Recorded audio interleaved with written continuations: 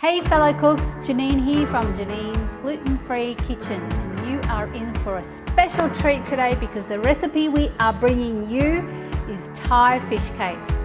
Yummy! It's a very easy dish but packs a punch with flavour. Please stick around and I'll show you how we make this beautiful recipe.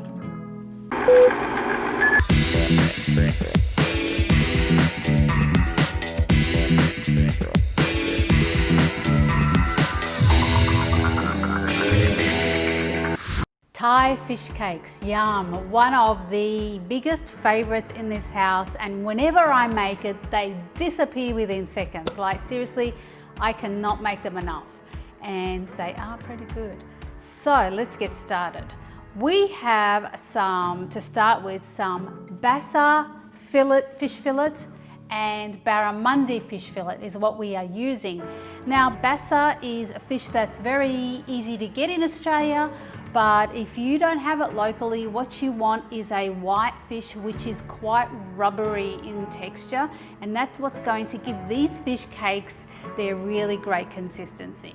Now we're doing a half-half mix with another white fish which is barramundi. Again, if you don't have that fish in your area, you want to get a medium firm white fish to complement the rubbery fish, and we do a half-half. So this fish, what we've done is we've cut it into big pieces, put it into the food processor and whizzed it up so it's a lovely fish paste. And this is what it looks like. And to this we're going to add all our tasty, yummy ingredients. Let me show you what they are. The most important thing is a good red curry paste. Now being gluten-free, we want to get a red curry paste that has no gluten and no nasties and no dairy. Not that they did have dairy, but just in case. And we're going to go ahead and put this whole 195 gram jar in here because we want it to have a good punch of flavour. Awesome. And we are making a lot. If you don't want to make this much, you can just divide everything in half or in quarters. The recipe ingredients are down below with the quantities. Next, we're going to put in some very finely diced red capsicum and red bell pepper. Very, very finely diced. Everything that we're going to put in here is super finely diced, I think except for the coriander. But that's really important because when we go to make it into the fish cakes, we don't want bits sticking out that's going to make it fall apart. Next, spring onions. Some people call them shallots, some people call them long green onions. We want, again, very finely diced, sliced. Throw those in. French green beans or string beans, and we have, again, very finely sliced it. The thing about these beans is sometimes they have the string down the side. You may want to get rid of it. These were very sweet early stage and they didn't have any string, so didn't need to do that. Beautiful. Now, even though we have that beautiful red curry paste, we want to complement it and make it taste more limey, lemony. So we have some kaffir lime leaves that we have gotten fresh and again very finely chopped it, and that's going to give it some real fresh lime zing. It really makes such a difference to the fish cake. And then the other thing we've got is some fresh lemongrass. Now the trick to cutting fresh lemongrass, because it is very fibrousy, I know, very hard to slice, you have to pound that sucker before you slice it. Get yourself something very heavy. I've used a pestle from a mortar and pestle, or is it the mortar? I don't know which one's which. And it's the mortar.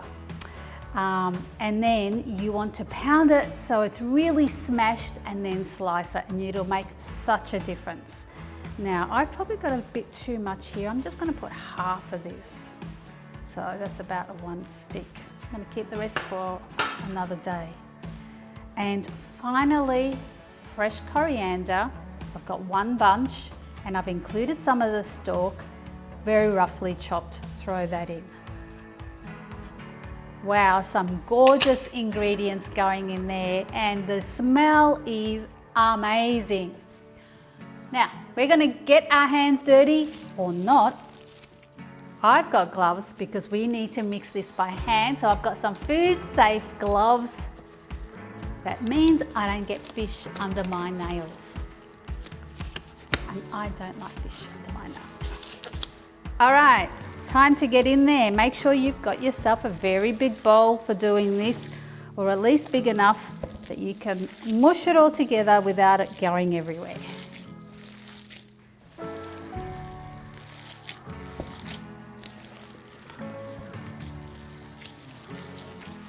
And now once you've got it fully mixed, make sure, and whilst you were mixing, you made sure that you got right in underneath and really spent some time getting that all incorporated together.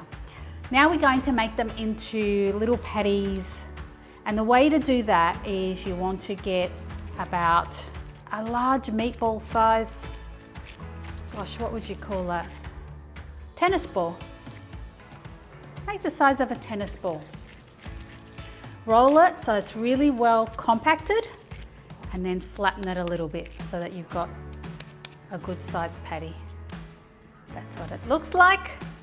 Now we're going to go ahead and do that with all our mix.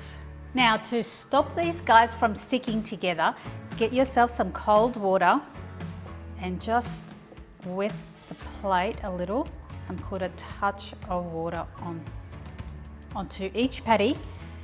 The water on your glove will help you when you do your next cake,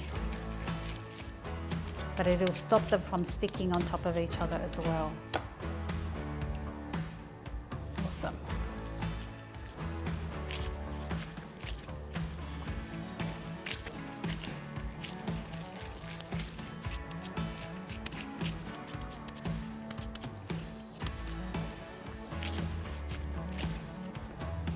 So now we have our fish cakes all beautifully formed and ready to cook, and we are going to shallow fry that in some very light vegetable oil. Let's meet you over at the stove. All right, I'm just going to test this temperature first. Yep, great. You want a good sizzle in your oil. And just lay them out so they're not like super crowded. I'll just do one more. A good big pan is important. All right, let's check that other side. Oh, they're looking good. Oh, look at that. Beautiful.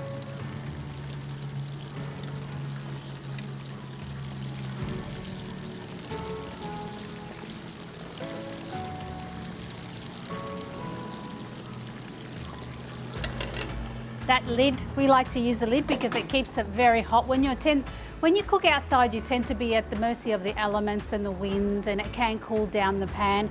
If you're cooking this inside, you probably don't need the lid, but I've got it to make sure it stays nice and hot outside. Fish does not take long to cook, all right? So it's not like when you're cooking chicken or beef or whatever other meat.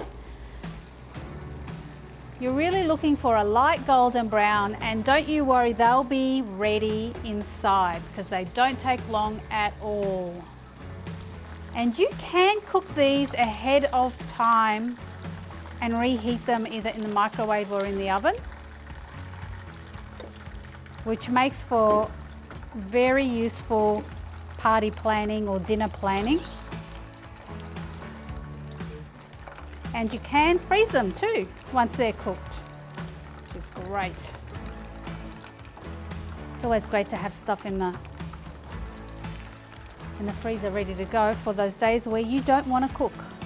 So we're going to cook all these off and we'll see you once they're all done.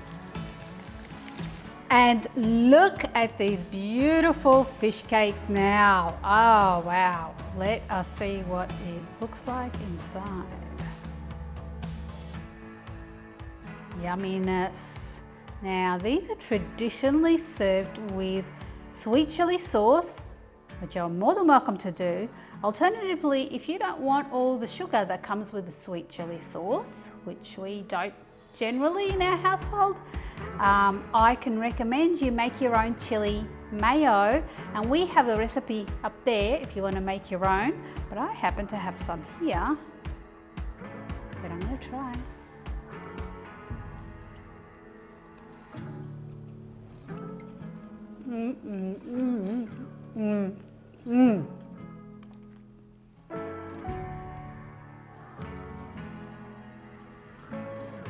So freaking yummy.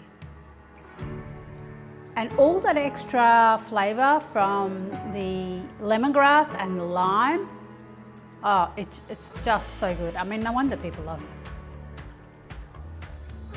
Beautiful.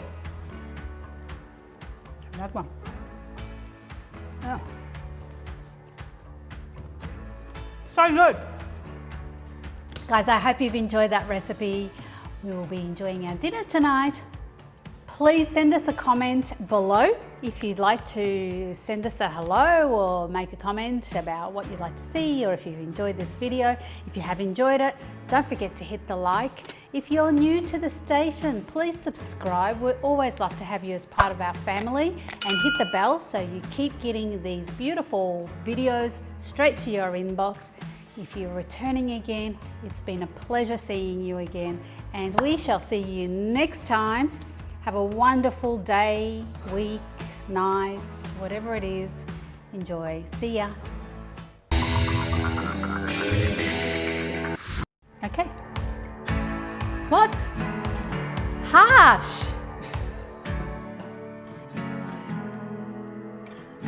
Harsh. Hey, welcome back, guys. Oh, shall I wait for the clock? A lot of cooking of fish and seafood outside.